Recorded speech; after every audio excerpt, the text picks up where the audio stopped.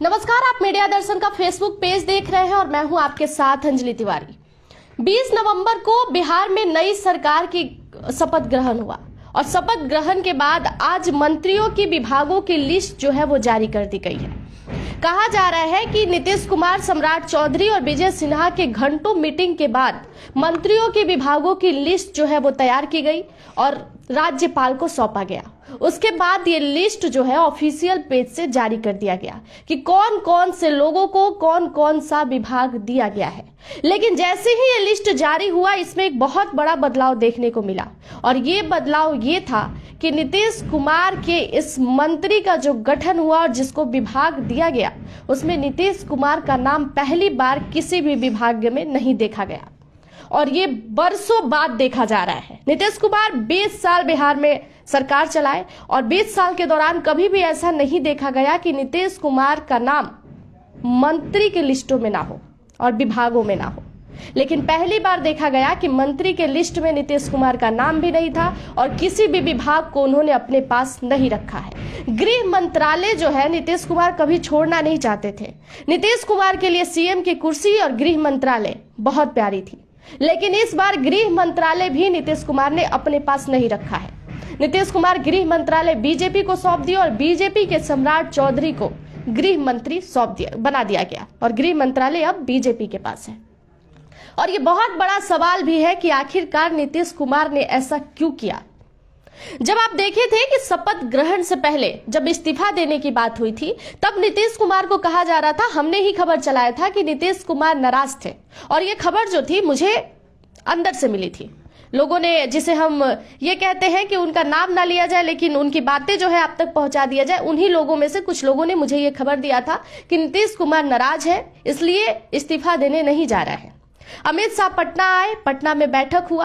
BJP ने अपने जीते हुए विधायकों के साथ अलग बैठक की और जेडीयू ने अपने जीते हुए विधायकों के साथ अलग बैठक की। उसके बाद अमित शाह नीतीश कुमार से मुलाकात किए और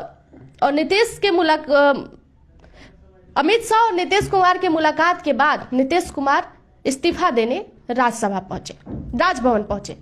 और देखिए, ये एक बहुत बड़ा बात ये भी है कि लोग अब ये कह रहे हैं, जो ये सूची जारी हुई है, सबसे पहले आप इस सूची को एक बार देख लीजिए और नाम जान लीजिए कि कौन कौन वो व्यक्ति है और किसे किसे कौन कौन सा विभाग दिया गया है। टोटल हमारे पास अभी तक 26 नाम है जिनको विभाग दी गई है। तो 26 नामों को आप एक बार देख लीजिए कि कौन कौन सा वो नाम है जिसको मंत्रालय दिया गया है। देखिए अंजलि जी, सबसे पहले बता दें कि नीतीश कुमार सूबे के मुख्यमंत्री बनाए गए हैं। 2 डिप्टी सीएम बनाए गए हैं। एक है सम्राट चौधरी, दूसरा है विजय सिन्हा।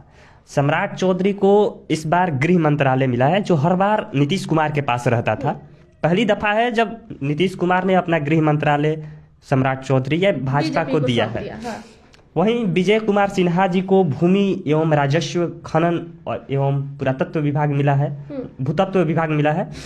वहीं विजय कुमार चौधरी जो कि जेडीयू से हैं, उनको जल संसाधन और भवन मंत्री बनाया गया है, जो कि पहले भी देखा पहले हाँ। दिलीप जायसवाल को उद्योग मंत्री, श्रवण कुमार को ग्रामीण विकास एवं परिवहन मंत्री, अशोक चौधरी को ग्रामीण कार्य मंत्री, विजेंद्र यादव को ऊर्जा मंत्री, मंगल पांडे जो पहले भी स्वास्थ्य मंत्री थे, इस बार भी स्वास्थ्य मंत्री मतलब स्वास्थ्य विभाग उनको मिला है। लेसी सिंह को खाद्य उपभोक्ता मंत्री, मदन सहनी को मिला है समाज कल्याण मंत्री, नितिन नवीन पथ निर्माण, नगर विकास एवं आवास विभाग मिला है उनको, संतोष कुमार सुमन जो हम पार्टी से है, जीतन राम मांझी के बेटे, उनको लघु जल संसाधन मंत्री मिला है। सुनील कुमार शिक्षा मंत्री बने हैं। वहीं राम कृपाल यादव जो कि आपको पता ही है कि पहले आरजेडी में, फिर भाजपा में, भाजपा से सांसद, फिर इस बार विधायक और विधायक के बाद इस बार उनको मंत्रालय भी मिला है। बहुत सारा उस बार इनको मिला है, कृषि मंत्री बनाए गए हैं। देखना है कि कृषि में क्या क्या कर सकते हैं। जामा खां, अल्पसंख्यक में एक जामा खां को मंत्री बनाया गया, जेडीयू कोटे से, हाँ कैमूर से आते हैं। इनको बनाया गया अल्पसंख्यक कल्याण मंत्री, जो कि पिछली बार भी यही मंत्रालय इनको सौंपा गया था, नीतीश कुमार ने सौंपा था। संजय टाइगर है, श्रम संसाधन विभाग मिला है। अरुण शंकर प्रसाद पर्यटन कला संस्कृति मंत्री। रामा निषाद 3 महिलाओं को इस एक बार, महिला ये भी है। हाँ 3 महिलाओं में से एक महिला ये भी है, रमा निषाद, जो पिछड़े वर्ग एवं अति पिछड़ा कल्याण विभाग मिला है। सुरेंद्र महतो को पशु मत्स्य विभाग मिल गया है। लखिंदर पासवान अनुसूचित जाति एवं अनुसूचित जनजाति के कल्याण मंत्री बनाए गए हैं। श्रेयसी सिंह, इनको 2 विभाग मिला है, सूचना प्रौद्योगिकी और खेल मंत्रालय मिला है। संजय सिंह को लोक स्वास्थ्य अभियंता मंत्री बनाया गया है। वहीं दीपक प्रकाश जो कि आरएलएम से हैं, जिन्होंने अभी तक ना एमएलए ना एमएलसी कुछ भी नहीं है, लेकिन फिर भी उनको दिया गया उनको पंचायती राज्य मंत्री, जो पिछली बार एक दफा हमारे रोहतास से देखिएगा तो मुरारी गौतम जब वो उनको भी बनाया गया था, यही मंत्रालय दिया गया था जब वो महागठबंधन की सरकार थी।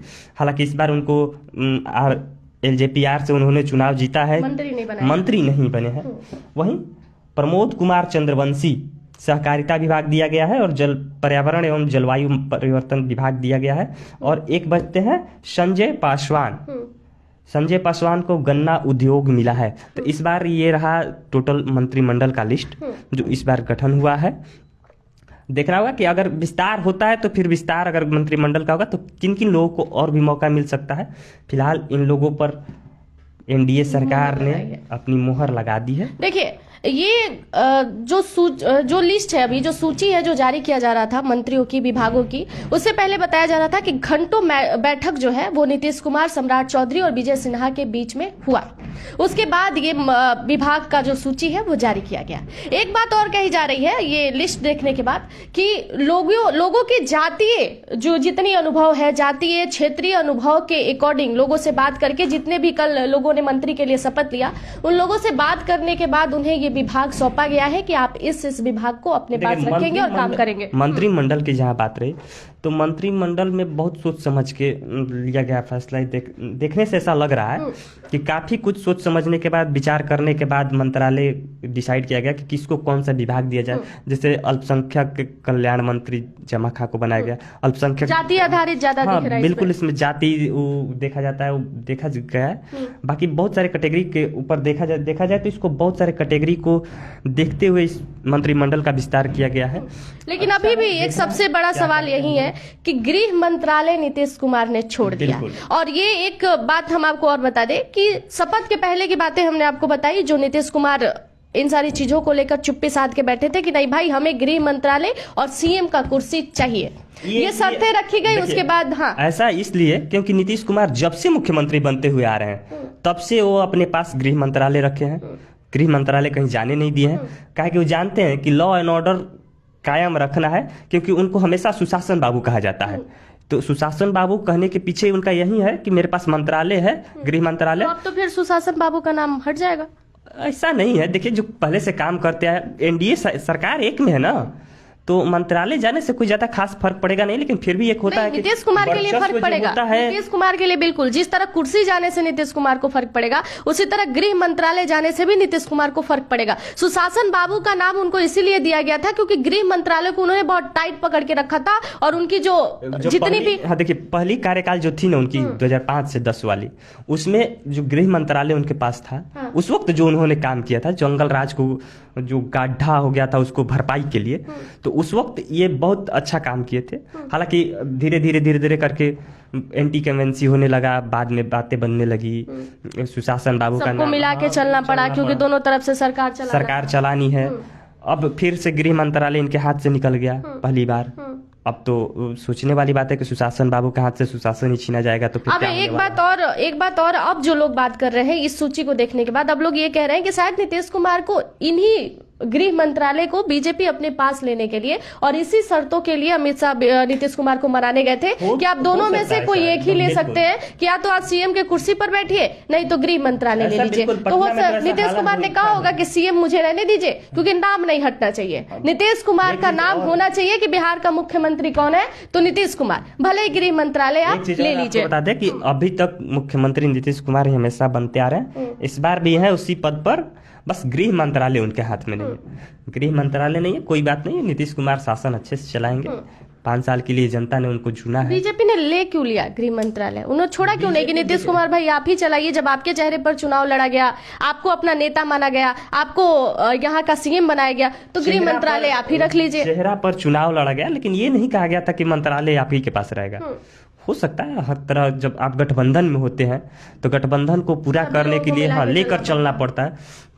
कोई हाथ का उंगली ऊंचा छोटा बड़ा होता है, सबको साथ लेके चलना पड़ता है। वही हाल इस बार का दिख रहा है मंत्रिमंडल विस्तार में भी। एनडीए में बीजेपी ने ले लिया है, उससे कोई बात नहीं, नीतीश कुमार शासन अच्छा से चलाएंगे, देखते हैं। कहीं 30 के लिए छुट्टी तो नहीं है? क्योंकि जब 30 में चुनाव होगा तब ये भी हो सकता है कि तब तक बीजेपी शायद बिहार के लोगों को ये असर दिखा दे कि हम भी सुशासन बाबू के नाम को कायम रख सकते हैं और सरकार बढ़िया से चला सकते हैं। हमारे ये भी तो दिखाना हो कि हो सकता है उस समय नीतीश कुमार को इस बार तो ना साइड कर पाए, अगली बार साइड कर देंगे। और आपको बता दें, हो सकता है गृह मंत्रालय भाजपा ने अपने पास लिया हो तो शायद मुझे ऐसा लगता है कि योगी मॉडल को बिहार में स्थापित किया जाए। जो योगी मॉडल है उत्तर प्रदेश में, क्योंकि मंत्रालय योगी बाबा के पास है, वैसे ही बीजेपी अपने पास मंत्रालय ले लिया, तो अब शायद हो सकता है, हम कंफर्म नहीं बता रहे हैं, इसकी पुष्टि हम नहीं करें, हो सकता है कि योगी मॉडल को भी बिहार में लॉन्च किया जाए। बातें वही हुई ना कि बीजेपी चाहती है कि हमारा भी असर बिहार में देखा जाए कि हम किस तरीके से सरकार चलाते हैं। बीजेपी इस बार के चुनाव में सबसे बड़ी पार्टी बनकर उभरी है। अपना वर्चस्व दिखाना, विधायक उनके अधिक हैं, विधायक अधिक हैं तो मंत्री की लिस्ट में भी उनका नाम अधिक है, आप देख ही रहे हैं। हालांकि 2 डिप्टी सीएम मिले हैं, ऐसा बात नहीं है, 2 डिप्टी सीएम होने के बावजूद भी गृह मंत्रालय मिल गया। ये तो वही हाल हो गया कि सोने पर सुहागा वाली बात। अब देखेंगे क्या। तो देखिए, इस सूची को देखने के बाद और सारी चीजों को समझने के बाद यही लग रहा है कि नीतीश कुमार से पहले से ये बातें कर ली गई होगी कि आप सीएम की कुर्सी को ले लीजिए, उससे हमें कोई मतलब नहीं है, लेकिन गृह मंत्रालय जो है वो हमारे पास छोड़ दीजिए, क्योंकि हम भी दिखाए कि बिहार में सरकार कैसे चलती है और बीजेपी भी सरकार चला सकती है और बहुत बढ़िया से चला सकती है। ये भी दिखाने की एक जो कयास है वो लगाई जा रही है और लोगों तक ये मैसेज पहुंचाया जा रहा है। क्योंकि जब भी आप ग्राउंड पर जाते हैं और बिहार के बारे में बात करते हैं तो नीतीश कुमार की नाम सबसे पहले आती है, सुशासन बाबू की नाम सबसे पहले आती है, जंगल राज से बिहार को निकालने की बात आती है, अपहरण, इन सारी चीजों से है बिहार को सुरक्षित महसूस कराने की जब भी बात करेंगे तो नीतीश कुमार का नाम आएगा। तो हो सकता है कि बीजेपी अब ये भी समझाना चाहती हो कि भाई नीतीश कुमार के अलावा भी हम बीजेपी वालों बढ़िया से, सम्राट चौधरी बढ़िया से बिहार में सुशासन बाबू का नाम कायम रख सकते हैं और बिहार के अंदर बीजेपी का वो असर दिखा सकते हैं कि हम भी नीतीश कुमार के बिना बिहार में सरकार बना सकते हैं और चला भी सकते हैं। हालांकि एक बात और आप ध्यान से इसको देखिएगा तो एक चीज और निकल कर आती है कि गृह मंत्रालय सम्राट चौधरी के पास गया है। वही सम्राट चौधरी जिन पर पिछले चुनाव से पिछले कुछ दिन पहले प्रशांत किशोर काफी हमलावर थे, अपराधी बता रहे थे कि इन पे मुकदमा है, ये क्लियर कर लें। अब ये देखने के बाद तो और गुस्से में फिर प्रशांत किशोर और गुस्से में बोलेंगे कि भाई ये क्या कर दिया, मंत्री तो हम बना नहीं चाहते थे कि आप मंत्री बने, अब इनको गृह मंत्रालय सौंप दिया आप लोगों ने, अभी पूरा बिहार चलाएंगे। देखा होगा कि पिछले 2 दिन पहले प्रशांत किशोर खुद पहली बार जब प्रेस कॉन्फ्रेंस किए उसमें उन्होंने कहा था कि जिन भ्रष्टाचारी पे हमने आरोप लगाया है, जिन लोगों पे हमने आरोप लगाया, अगर उनमें से किसी को मंत्री बनाया जाता है तो हम उन पे कोर्ट का दरवाजा खटखटाएंगे। यहाँ तो विभाग ही ऐसा मिल गया उन लोगों को। मंगल पांडे स्वास्थ्य मंत्री कल भी थे, आज भी हैं। सम्राट चौधरी डिप्टी सीएम कल भी थे, आज भी हैं। एक और मंत्रालय अधिक बढ़ गया। हालांकि पिछली बार इनको फाइनेंस मिनिस्टर बनाया गया था, इस बार इनको गृह मंत्रालय दे दिया गया है। फाइनेंस में क्या कुछ कर पाए हैं सम्राट चौधरी तो देखने वाली बात है, कितना बिहार के फाइनेंस को आगे बढ़ाए।